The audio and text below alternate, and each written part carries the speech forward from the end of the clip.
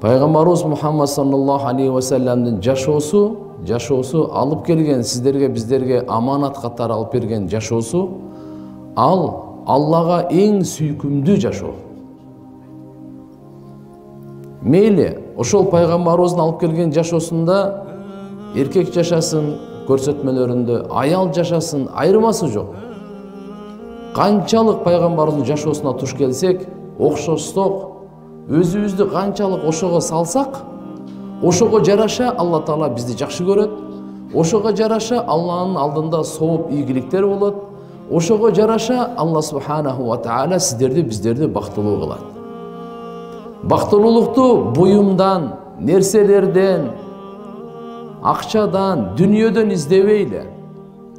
Бактылуулук пайгамбарыбыз Мухаммад саллаллаху алейхи ва салламдын алып келген дининен издейли. Вактыбыз анысы деле көп эмес. Өзү жашообуз көп эмес. Алымдар айтат, ар бир инсан ахиретке мусапыр. Баарыбыздын өмүрүбүз кыскарып атат, ахиретке жакындап атабыз. Даярдыгыбыз кандай болуп атат? Былтыркы Рамазандан ушу Рамазан бир жыл өмүрүбүз кыскарыптыр. Кийинки Рамазан Кудай билет бизге белгисиз. Ошондуктан ар бир күндү баалайлы. Ар бир күнгө шүгүр кылайлы. Ар бир күндө Алла Таалага итаат кылып, Алла Таалага ибадат кылып, күн сайын жүрөктөрүбүздү тазалайлы. Күн сайын Алла субханаху ва тааланын разычылыгы үчүн Алла разы болгон амалдарды кылайлы. Жүрөктөрүбүздү тазалайлы дегеним, сыноо дүйнөсүндө Алла Таала шайтанды да жараткан. Сыноо дүйнөсүндө ар бирибиз менен бирге нафс дагы бар. Ал дагы иннан нафсалла аммаратун бису. Бул жамандыкка чакырат. Булар менен күрөшүү улуу жихад. Бул дүйнөдө Алланын каалоосу. Бул дүйнөдө нафсинин каалоосу. Алланын каалоосу, нафсинин каалоосу эки жашоо бар өзү. Жашоонун эки багыты бар. Алланын каалоосун аткарып жашайт, же нафсинин каалоосун аткарып жашайт. Алла субханаху ва таала сыноо үчүн ушундай жаратып койду. Нафсинин каалоосуна лайыктуу өкүмдөр өтө аз. Алла Тааланын өкүмдөрү нафсинин каалоосуна лайыктуу талабына аткара турган өкүм өтө аз. Көпчүлүгү нафсиге каршы. Эми ким Алла субханаху ва тааланын каалоосун аткарып, нафсинин каалоосун сындыра турган болсо, Алла Таала буга нафсинин каалоосун эң жогорку деңгээлде бейишти аткара турганга Алла Таалам берет ага. Бул дүйнө нафсинин каалоосун аткара турган дүйнө эмес. Адамда нафсиси тойбойт. Пайгамбарыбыз саллаллаху алейхи ва саллям айткан, эгерде бир коктууга алтын бере турган болсо, адам баласынын нафсиси ушунчалык ач, тойбойт, мүмкүн эмес. Дагы бир кокту болсо экен дейт. Эки вади эгерде алтын болсо, үчүнчүсүн эңсейт экен. Ушинтип адам баласынын ар бир адамда жүрөгүндө Алла Таала ушунчалык нафсинин каалоосун салып койгон, бүткүл дүйнөнү берсең дагы тойбойт. Бу дүйнө нафсинин каалоосун толтура турган дүйнө эмес. Нафсинин каалоосун толтура турган дүйнөнү Алла бейишти жараткан. Бейиш адам баласынын нафсисинин каалоосун эң жогорку деңгээлде тойгозо турган жай бейиш бул. Бул дүйнө андай эмес. Эненин ичидеги бул такмил арада баланын, наристенин мүчөлөрү бүтүн кыла турган жай. Эми бул дүйнөнүн ичи болсо, адам жакшы сыпатты толуктай турган жай. Эненин ичи мүчөлөрү толуктай турган жай. Эненин ичинде эгерде бир кулагы жок болуп чыгып калса бу дүйнөгө, дүйнө биригип ага кулак бере албайт. Бир көзү жок болуп калса эненин ичинде, бу дүйнөгө келгенден кийин ага бүткүл дүйнө биригип туруп экинчи көздү бере албайт ага. Себеп дегенде эненин ичи адам баласынын мүчөлөрү толуктана турган жай. Бир буту жок болуп калдыбы? Бу дүйнөгө чыккандан кийин ал бир бутту толуктап бере албайт бүткүл дүйнө. Демек дагы айтайын, бул эненин ичи адам баласынын мүчөсү толуктана турган жай экен. Эми бул дүйнөнүн ичи бар, ахиреттин ичи бар. Бул дүйнөнүн ичи адамдар өзүнө жакшы сыпатты алып, жакшы сыпат менен өзүн толуктай турган дүйнө экен. Эгерде жакшы сыпат менен толуктабай бул дүйнөдөн кетсе, ахиретте толуктанбайт экен. Демек, бул дүйнөдө сыфаты махмуда, жакшы Аллага сүйкүмдүү сыпаттарды адам баласы өзүнө толуктап, мээнет кылып, жөнөкөй эмес. Лакад халакнал инсана фи кабад. Биз мээнетке жаратканбыз. Ошо мээнети өзүнө жакшы сыпат. Алла кайсы инсанды жакшы көрөт, кайсы амалды жакшы көрөт. Пайгамбар саллаллаху алейхи ва саллям кайсы сыпатты кантип өзүбүзгө алып келишибиз керек, кантип толукташыбыз керек, кичпейилдигибизди, жөнөкөйлүгүбүздү, такыбалыгыбызды, сабырдуулугубузду, шүгүр каниет, кайсы жакшы сыпаттар бар. Кечиримдүүлүк, жөнөкөйлүк, боорукерлик, бул жакшы сыпаттардын баардыгын кантип топтойбуз? Пайгамбарыбыз ушуну көрсөтүп кетти. Демек, бул дүйнө адам баласы өзүнө жакшы Аллага жака турган сыпаттарды толуктай турган дүйнө. Эгерде толуктанбай кетип калсак бул дүйнөдөн, тиякта толукталбайт. Кандай эненин ичинен бир мүчөсү толук эмес чыгып калган бул дүйнөдө толуктанбайт, кудум ушундай кайсы сыпаттан бул дүйнөдө сизде кемчилдик, мисалы текеберлик менен кеттиңизби, болду. Тиякта текеберликтин оңдой турган, жууй турган, текеберлик жүрөктөн тазалай турган, ал жакта Алла субханаху ва тааlanын алдында бейиште текеберлик болбойт экен. Бейишке текеберлер кирбейт экен. Кимдин жүрөгүндө кыпындай текеберлик болсо, бейиштин жытын жыттабайт деп пайгамбарыбыз айткан экен. Демек, бул дүйнө текеберликке каршы күрөшүп, таваду текеберликтин тескерисинче сыпат, алгайсы кичпейилдикти жүрөккө алып келсек, анда кетти ошо ойдан. Текеберлер бейишке кирбейт, аны кантип киргизет Алла Таала? Аны тазалаш керек. Тиги дүйнөдө эмне менен тазалайт? Оттон башка тазалай турган жай жок. Нерсе жок. Тиги дүйнөдө тазалай турган нерсе ал от. Адамдын жаман сыпаттарын, сараңдыгы болсун, текеберлиги болсун, хасаты болсун, не гана болбосун, нифак болсун, бардыгын тазалай турган нерсе ал жакта от. Ансыз бейишке хаситтер кирбейт, мутакаббирлер кирбейт. Не кылат эле? Тазалап туруп киргизет Алла Таала. Ал жерде жамандык каалоо деген жок, бири-бирине көрө албастыгын деген жок. Аларды эмне кылыш керек? Бул жака тазалап туруп киргизет. Ошон үчүн биз ал жака бара электе эле өзүбүз тазаланып алайлы, от менен тазалай электе эле көз жаш менен тазалап алайлы. Yawma la yanfa'u malu wala banun illa man atallah biqalbin salim. Кыямат күн тамаша күн эмес. Пайда бербейт сизге. Эч ким сизге эч кандай пайда бере албайт. Yawma la yanfa. Пайда бербейт. Мал, сиздин мал мүлкүңүз, алтыныңыз, кийим кечеңиз, сиздин кандай акчаларыңыз болсун, үйүңүз, машинеңиз болсун, буюмуңуз эч кандай сизге пайда бербейт. Wala banun. Бала чакаңыз, неберелериңиз, чеберелериңиз, кыздарыңыз, уулдарыңыз сизге пайда бербейт. Алла айтып атат, пайда бербейт. Илля ман аталла биқалбин салим. Бир гана пайда бере турган сизге таза жүрөктү алып барган болсоңуз Аллага. Таза жүрөктү алып барган болсоңуз, илля бир гана жол бар экен.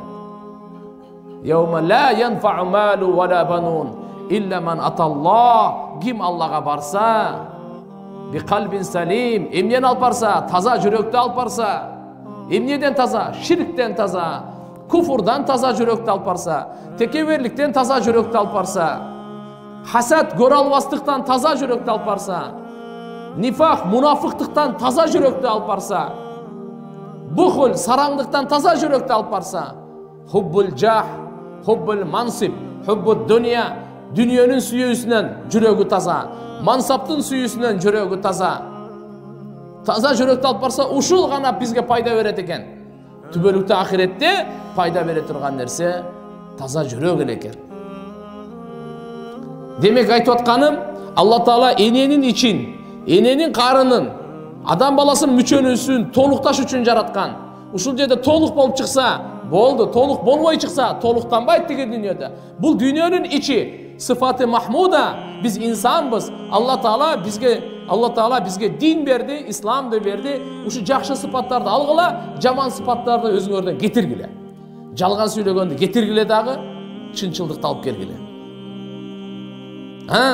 Калп айтканды кетиргиле дагы, чынчылдыкты алып келгиле.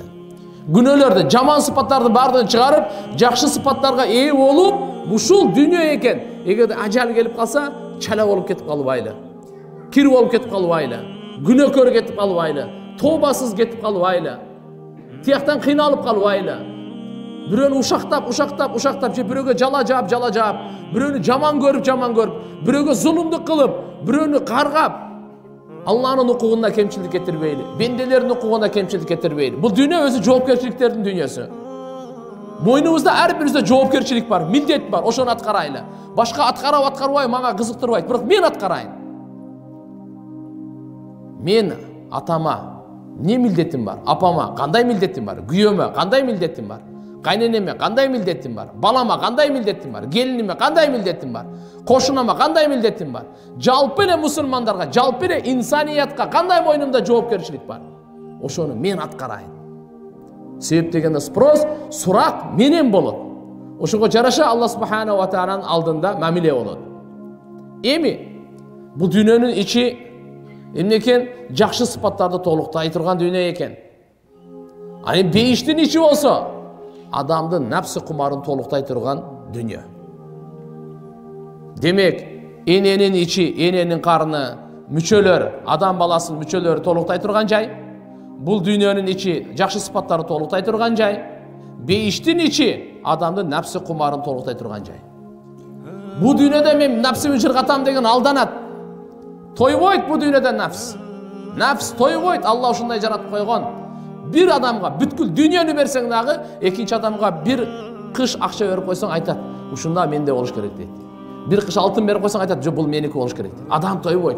Нафс ушунчалык.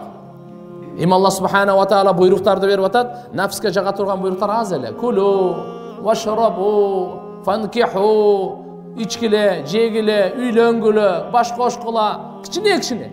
А көпчүлүгү Алла субханаху ва тааланын буйруктары бизге берилген nafsiga qarshi. Misali, Qur'onda Alloh subhanahu va taala aytadi: "Wasari'u ila maghfiratin min robbikum wa jannatin arduha as-samawati wal ard, uiddat lil muttaqin." Sizlar umtulgula, jarышкыла, бири-бириңерден озгула. Эмнеге? Робуңардын кечиримдүүлүгүнө. Алла Таала силердин Робуңар кайсы амалдан кечирсе күнөөңөрдү, ошол амалга силер жарышкыла.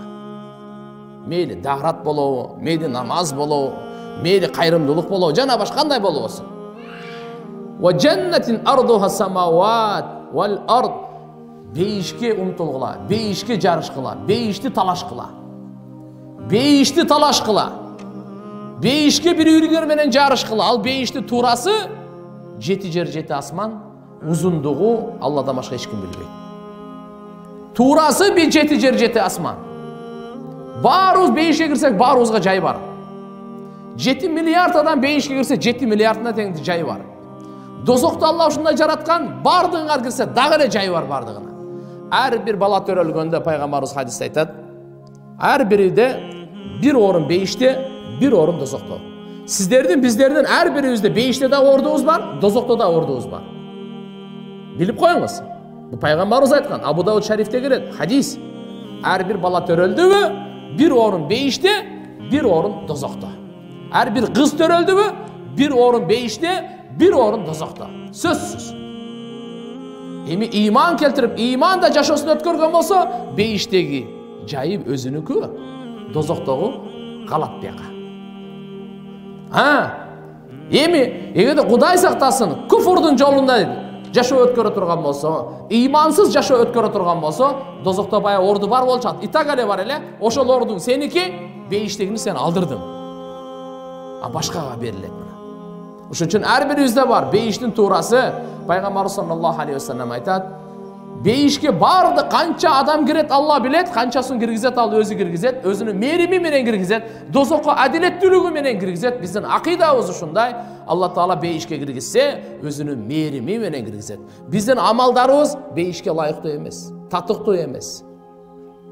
ибадатыбыз мейли 100 жыл, 200 жыл ибадат кылайлы, бир көзгө таразага тата турган болсо, Алла Тааланын берген бир неmatына таразага барабар эмес.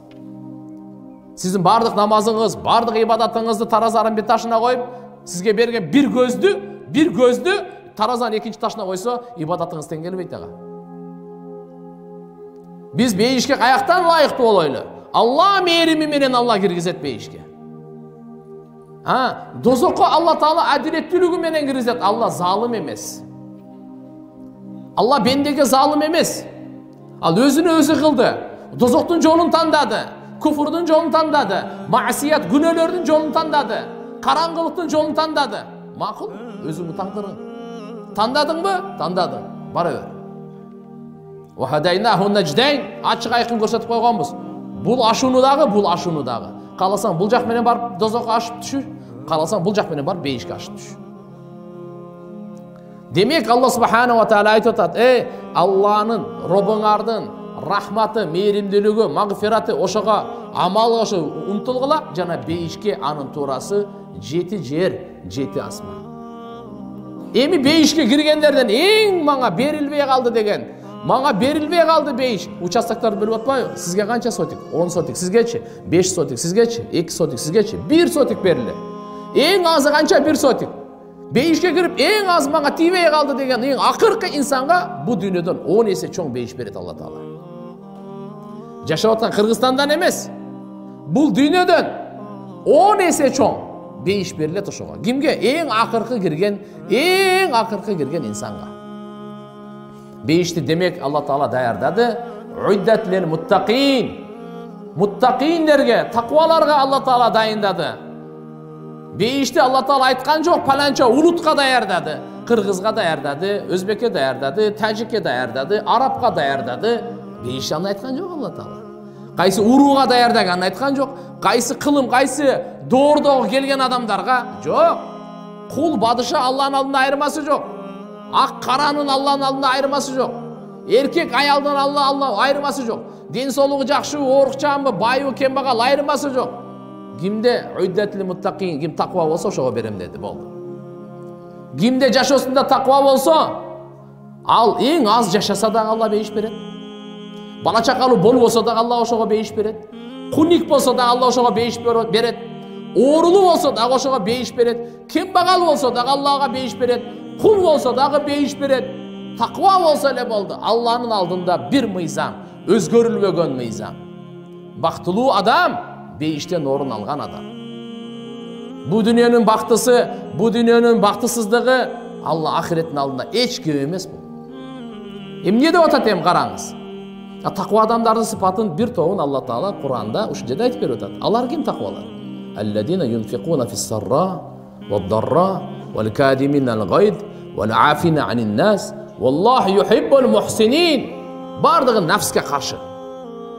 Нафске каршы өкүмдөр. Алланын каалоосу нафстын каалоосуна каршылар. Биринчи сарптагандар дейт. Юнфикуна фис-сарра, курсанчылыкта дагы, барда дагы, кубаныч күндөрдө дагы сарптагандар. Вад-дарра, кыйналганда дагы, жокчулукта дагы сарптагандар. Мен өзүм акча таап, эми бирөөнү багайынбы? Мен өзүм тапкандан кийин, ал өзү деле таап өзүн карабайбы? Бул нафс. Бул унчукпай эле отурат. Мен акча таап атам, мен кыйналып атам, мен тигип атам, мен тамак жасап атам, мен ушундай зорго акча таап, эми акчаман ушуга беришим керек. Нафс айтат да, жок, өзүң жыргабайсыңбы? Өзүң таптың, өзүң жырга. Не кыласың буларга берип? Жок, Алла Таала айтат, нафсың каалоосун курбанчылык кыл дагы, Алланын каалоосун аткар. Зекетпи? Зекет сөзсүз бер. Садакабы? Садаканы бер. Кайрымдуулукпу? Бер. Өзгөчө туугандарга. Кандай туугандарга? Душмандыгы жашырылган туугандарга бер. Садаканын эң абзели пайгамбарыбыз айтат, туугандарыңдан сага ким душмандыгын жашырган болсо, ошого бер. Биз наоборот бербейбиз го аларга. Эмне эле болсо ошо болсо. Менен ушакта эле ар жерде ушинтип жүрөт. Буга бергенден көрө итке берген жакшы. Жок, пайгамбарыбыздыкы башкача. Буга бергенден көрө итке берген жакшы деп буну нафс сүйлөттүрдү. Бул нафсинин каалоосу. Алланын каалоосу, пайгамбарыбыздын каалоосу башка. Биздин каалообузга каршы күрөшүү каалообузга каршы күрөшүү.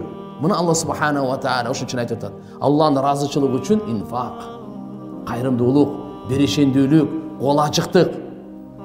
Кана Расулуллах саллаллаху алейхи ва саллям ажвадан нас. Пайгамбарыбыз адамзаттын эң берешени пайгамбарыбыз.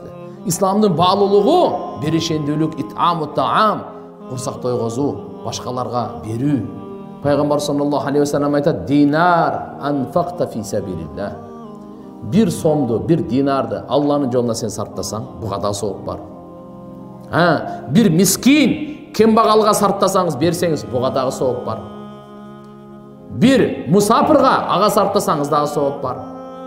Bir кулду азат кылганга сарптасаңыз дагы сооп бар. Үй бүлө бала чакаңызга сарптасаңыз да сооп бар. Бирок ушулардын бардыгынын эң сооптуусу үй бүлө бала чакаңга сарптаганда. Мынакей үй бүлө бала чакага сарптаган эң сооптуу. Демек ушуга биз мынакей биринчи напске каалоо каршы өкүм акча тап адалдан акча тап дагы бечараларга сарпта. Бул бир. Вал кадиминал гайд, ачууну жуткан. Баарыбыз күн сайын азыр өзгөчө ушул убакта ачууланып калганбыз. Нервтер жука болуп калган. Сабырдуулук кеткен. Болор болбогон нерсеге урушабыз. Болор болбогон нерсеге тарынабыз. Болор болбогон нерсе ахирет үчүн тарынсак экен го мени. Мени эмне үчүн кеч сурап койду, биринчи буну сурап койду. Мени эмне үчүн биринчи төрдеди, өткөздү, мен буну өткөрбөй койду. Мен эмне үчүн буга жакшылык кылсам, буга мага жакшылык кылбай койду. Деп, мына биздеги ушундай ачууланга тез келе турган учур болуп калды. Вал кадиминал гайд, ачуусун жуткандар, ачуусун баскандар. Сизге бир жакпаган бир иш кылды бирөө. Аялыңыз, күйөөңүз, ата-энеңиз, бала чакаңыз сизге бир жакпаган бир иш кылды. Ачууңузду келтире турган иш кылды. Ачууну биз качан жутабыз? Ачуубузду келтире турган иш болсо жутабызбы? Шайтан айтат: "Жок, сен ачууңду чыгар буга." Шайтандын каалоосу ачууңузду чыгарышыңыз керек, урушушуңуз керек, каргашыңыз керек, силкишиңиз керек, жаман сөз айтышыңыз керек, жүрөгүн ренжитишиңиз керек, капа кылышыңыз керек. Бу шайтандын азына, нафстын каалоосу ушул да. Алланын каалоосу кандай? Вал кадиминал гайд. Ачууңду жут. Билем, ачууңду чыгара аласың. Күчүң жетет. Урсаң дагы болот. Ачууңду чыгарсаң дагы болот. Урушсаң дагы акылуусун. Туура сен ачууңду келтирип атат бул. Бирок Алла Тааланын бизге кандай тарбиясы кандай болуп атат? Бейиштен орун алгың келеби? Ачууңду жут. Таква болгуң келеби? Ачууңду жут. Ачууну жутмайынча таква болбойт экен. Биз ачуубузду жутмайынча таква болбойт экен. Пайгамбарыбыздын алдында канча деген сахабалар, канча өзүнүн жубайлары, канча деген неме, канча ачуусун келтирип, пайгамбарыбыз ачуусун чыгарган жок. Күчтүү ким деди? Ачуусун жуткан күчтүү. Бирөөнү жыгып койгон күчтүү эмес экен, ачуусун жута алган күчтүү. Демек ачуусун жуткан мынакей Алланын каалоосу, ачуусун чыгарган нафсинин каалоосу, шайтандын каалоосу. Эмне үчүн мен сиздерге айтам, урматтуу энелер, эже карындаштар? Биз жөн эле сөздү маалымат катары укпайлы. Сураныч. Биз буну Кур'ани Каримдеги, хадистердеги бизге Алла Таалам бергени амал үчүн берген. Бул күрөш. Бейиштин күрөшү. Ошон үчүн укканыбызга ойлонойлу дагы учурда пайдаланайлы. Азыр ушул жерде уктукпу, үйүбүзгө бардык. Ачуулана турган иш болду. Кур'анда Алла Таалам не деген эле деп ушуну бир эстесек. Вал кадиминал гайд, ачууну жутуп койду. Эмне үчүн жутайын? Таква болайын. Эмне үчүн таква болом? Бейишке кирейин. Бейишке кирген адам бактылуу. Фаман зухсиха анин нар ва удхилал жанна факад фаз. Ва мал хаятуд дуnya илля мата'ул гурур. Ким дозоктун отунан куткарылып бейишке киргизилсе, ошол бактылуу адам. Ошол бактылуу адам. Дүйнөнүн буюму, дүйнөнүн нерселери бир аз эле бул гурур. Мен сый турган, менин кийимим мындай, менин машинем мындай, менин үйүм мындай, менин диваным мындай, менин алтыным мындай. Ну и что? Бул сыймыктана турган нерсе эмес. Бул текеберлене турган нерсе эмес, кыйынсына турган нерсе эмес. Кыйынсына турган нерсе ачууңузду жуттуңуз. Кыйынсына турган нерсеңиз Алланын ыраазычылыгы үчүн сарптаңыз. Кыйынсына турган нерсе таквалык, жөнөкөйлүк, ибадаткөйлүк, аманаткөйлүк, чынчылдык, боорукерлик, адамгерчилик, каниет, шүгүр. Кыйынсына турган нерсе башка. Жүрөктүн тазалыгы кыйынсына турган нерсе башка.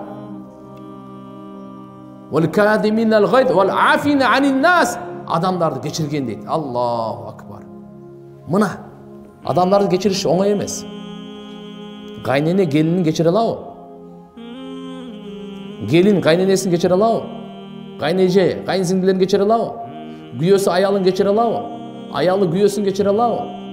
Ата-эне бала чаканы кечире алабы? Бала чака ата-энесин кечире алабы?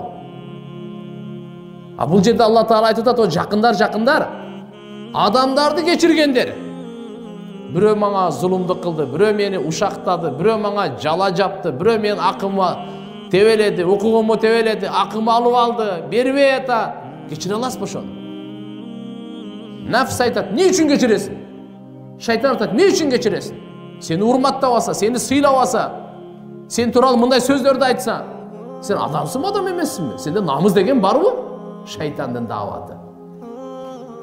Шайтандын чакырыгы. Напсынын каалоосу ошондой. Напсыбыз бар да. А нафс кандай? Инна нафсалла аммаратун бису. Нафс дайыма сизди жамандыкка гана буйрат. Билип коюңуз. Нафс сизди жакшылыкка буйрубайт. Сизди бейиштен көргүсү келбейт, сизди дозоктон көргүсү келет. Сизди дозоктон көргүсү келет. Адамдарды кечириш. Алла бир сөз менен айтып койду. Таква болгуң келеби? Адамдарды кечире бил. Эгерде адамдарды кечире билбесең, өзгөчө эң жакындарың ким? Күйөөң барбы, ата-энең барбы, аялың барбы, кайнене, кайната, бала чака барбы, тууган уруктар, атанын туугандары, апаңдын туугандары, эң жакындар, акарин. Ушуларды сен кечире билбесең, сен таква эмессиң. Таква болбогондон кийин сен үмүт кылбай эле кой тиягын, өтө кыйын ал.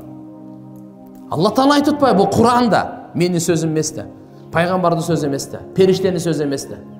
Бул каламулла, Алланын каламы. Ким Алла? Өз ким Алла? Сизди бизди жоктон бар кылган Алла. Сизге бизге мына акылды берген, мына көздү берген, мына ал өңдү берген, мына ушу ден соолукту берген, өмүрдү берген, неаматтарын чачып тартуулаган. Ал-Мун'им, хакыйкый неамат берүүчү. Ден соолук, акыл эс, иман берген. Ушу Алла ааламдын жаратуучусу, ааламды көзөмөлдөп, ааламды жүргүзгөн, жоктон бар кылган. Сизди бизде эмес, бардык жандыкка ырыскы берген, каалаганы бейишке, каалаган дозокко киргизе турган, качан кааласа өлүм берип, жанын алып кое турган, качан кааласа Алла Таала ага өмүр бере турган. Улуу Алла субханаху ва таала. Ким Алла? Ошол айтып атат. Бизди жаратуучубуз айтып атат. Биздин кошоюнубуз айтып атат. Бизге жашоо берип аткан Алла айтып атат. Бизге ырыскы берип аткан Алла айтып атат. Бизге иман берген Алла айтып атат. Ден соолук берген Алла айтып атат. Ата-эне, бала чаканы берген Алла айтып атат. Алланы жакындан тааныйлы, чырайлуу тааныйлы, Алланы жакшы көрөйлү. Ла илаха иллаллах, Алланы тааный турган калима. Ла илаха иллаллах, Аллага сыйына турган калима.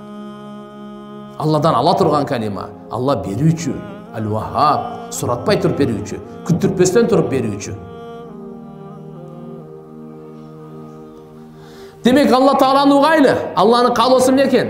Вал афина аниннас, адамдарды кечире бил. Таква болгуң келеби? Адамдарды кечир. Адамдарды кечир. Жакындарды кечир. Жүрөгүң каалабайт, мен билем. Напсың каалабайт да сен кечиргенгечи. Мен өтө жамандаган дейсиң. Мен өтө урган дейсиң. Мени сыйлаган эмес өмүр бою. Майли. Пайгамбарыбыз 21 жылдык зулумдукту кечирди. Сизге бизге зулумдук эмне?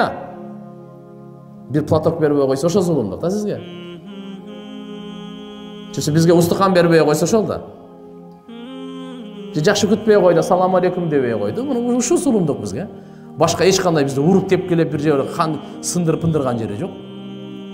Болор болбогон эле сөз. Эч кандай мааниси жок бир. Бир дүнүйө бир кичине эле. Ошо иншалла кечире билейли. Күн сайын кечирейли, күн сайын. Күн сайын бейиш каалайбызбы? Күн сайын даражан каалайбызбы? Күн сайын жүрөктөгү рахатты каалайбызбы? Күн сайын кабырдагы нурду каалайсызбы? Кечире билиңиз. Күн сайын кечириңиз. Жүрөктү күн сайын таза кармаңыз.